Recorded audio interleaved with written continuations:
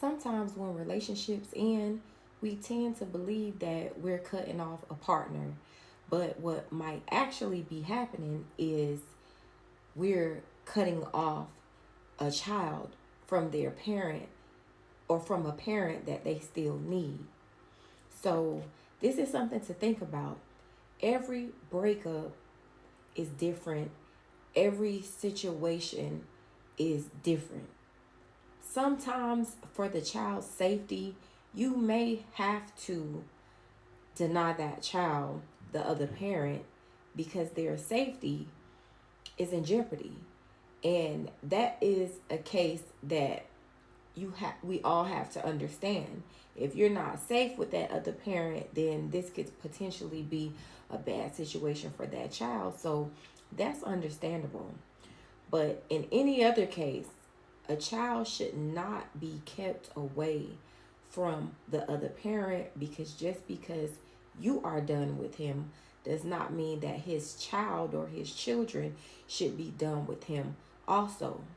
So, hey y'all, welcome back to the Relationship Girl, where we have honest conversations about relationships, emotional responsibility, and the long-term impact our choices have on the people around us. So, thank you guys for tuning in once again. And let's just jump right into it. So, today we're discussing a topic that may be uncomfortable for some, but this topic is important. It's important because I see a lot of this going on all around us. So, let me just explain a few things. When romantic relationship when the romantic relationship ends between you and him, emotions are often very high. You know, people are hurt, disappointed. There's a lot of resentment that's there. Um, and unresolved conflict can all influence the decisions people make afterward. But one reality that is sometimes or most times overlooked is this: when a mother and father separates, the romantic relationship may end, but the parental responsibility does not end. In some cases, a child's relationship with their father becomes collateral damage and a conflict that was never truly about them in the first place. Now, in a moment, I'm going to walk you through 5 ways removing a father from a child's life can affect that child while they're growing up and even shape the way they function as adults, which is something I think that a lot of parents don't think about when they're in the heated conflict with one another. One of the most profound impacts that can occur in the child is identity formation. This starts to kind of be a bit distorted. Children naturally derive aspects of their self understanding from both parents, not just one parent. They need to form this identity, using both of their parents. So each parent contributes different perspectives, different values, different influences, and influences that help these influences help the child develop a sense of who they are, or help them to develop their identity. When a father is suddenly absent, particularly during the formative years, most children begin to internalize that absence. And sometimes this causes a lot of insecurities that the mothers don't get a chance to hear out loud or see. So they don't think that, is anything going on there, but there's a lot going on there in silence. So they may quietly wonder, because a lot of times they don't show you these things out loud. So they may quietly wonder, why isn't my father here? Why isn't my father around? Did something about me cause this? They start to place blame on themselves because they're not able to compartmentalize everything. They ask questions like, am I somehow not worthy of my father's presence? You know, does my father not want to be here because of me? They start to internalize these things. Even when those thoughts are never spoken out loud, it doesn't mean that they're not there. So just because you're not hearing it does not mean that those thoughts or those insecurities are not present in that child. They can shape a child's internal narrative about themselves. And this is something that all parents should be mindful of. Another area that can be affected in the child is emotional security. Children thrive in environments where they feel supported by both parents. They thrive in environments where they feel protected and connected to the people who brought them into the world. When one parent is abruptly removed from their life, particularly without explanation or an explanation that child can understand, it can disrupt that sense of emotional stability in that child. So for some children, this can lead to confusion, sadness, or a lingering fear of abandonment that follows them well beyond childhood. This follows them, into adulthood, and it affects their, relationships, with other people. So this is something to be careful of. Always be mindful of how your child is being affected by the separation, by the breakup, and even during the breakup, make it as healthy as possible for the child. Don't try to put your hate onto the child. If you may hate him, but that doesn't mean that his children have to hate him. And a lot of times when you try to make the children feel your pain, of what he has done to you, in a lot of cases the kids grow closer to them as they age anyway, and in most cases they turn out to have very great relationships with their father. So this could backfire. In most cases it does backfire because the children grow up, they become closer to the alienated parent or the parent that was alienated during the separation, and they start to have this resentment for you once they actually find out that, oh, my mom is trying to take my dad completely out of my life. And that's why I say a lot of times, just because you leave him doesn't mean that he has, his children have to leave him. Just because he may leave you doesn't mean that he's technically leaving his children. So let's just keep it healthy. Instead of articulating their feelings clearly, those emotions may emerge through all sorts of, these different kinds of behavioral changes.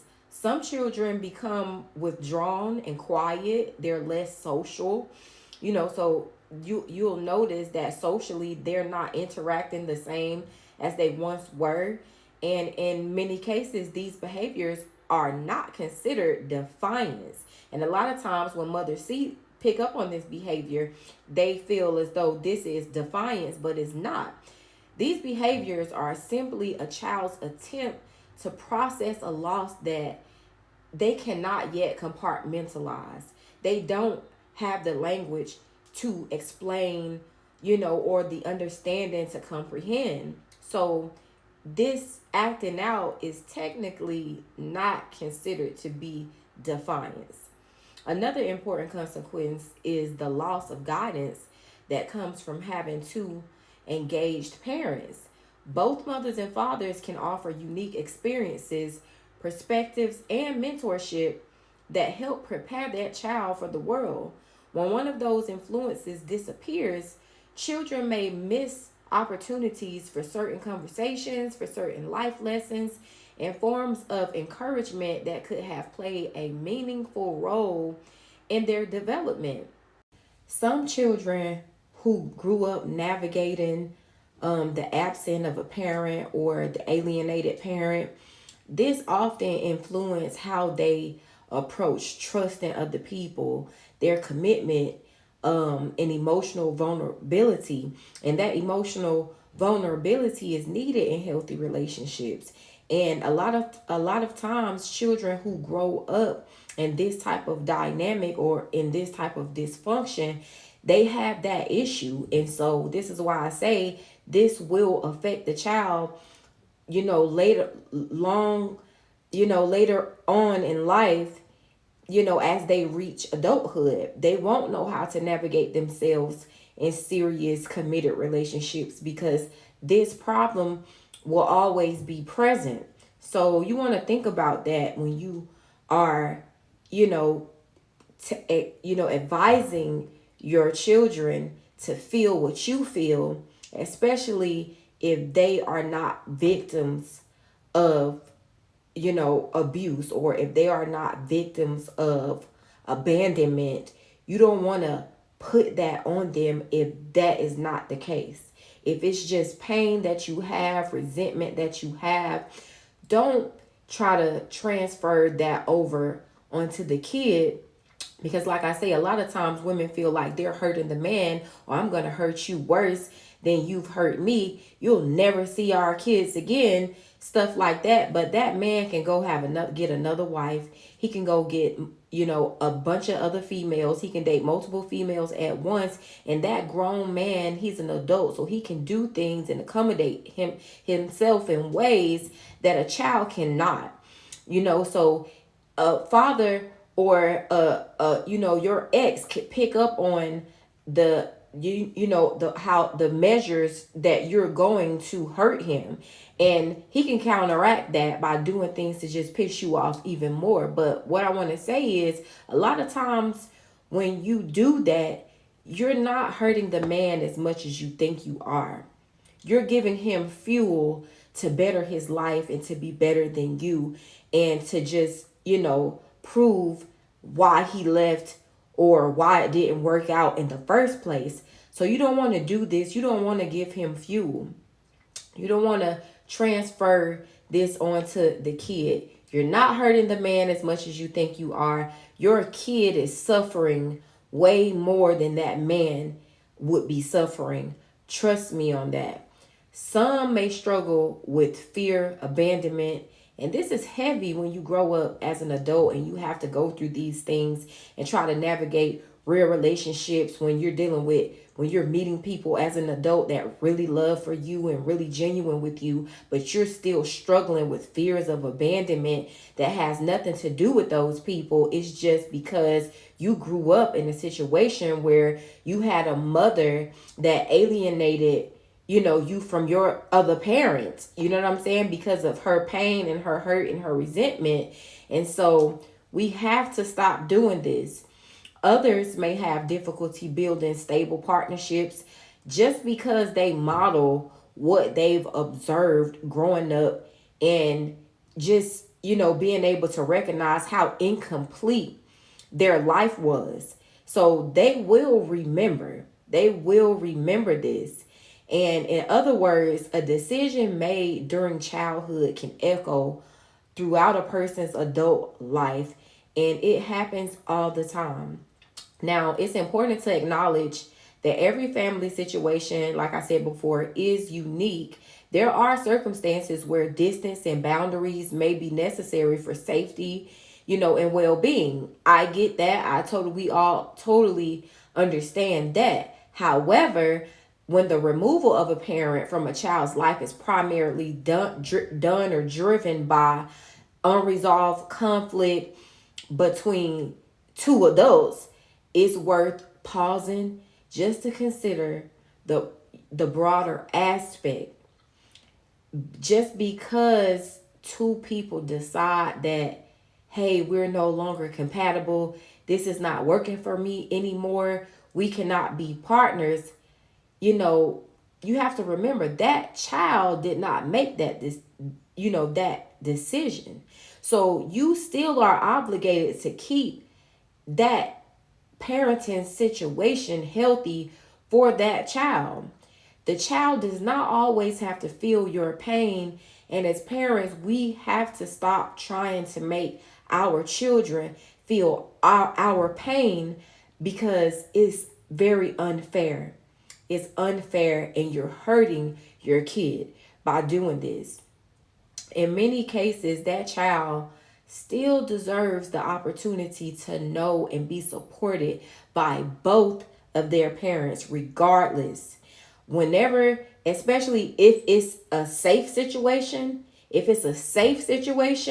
that child deserves to be around both of his parents. That child deserves to have both of his parents if it's safe and if it's possible. I'd love to hear your perspective on this conversation, guys. If you have any comments, just drop down. Don't be shy. Drop your comments down in the comment section below. I would love to hear what you guys think about this topic. Do you believe that sometimes children become unintended casualties of adult relationship conflicts? Share your thoughts. Do not be shy. Let me know what you think. Let's keep this discussion respectful and thoughtful. And I will see you guys in my next video. Thanks for watching.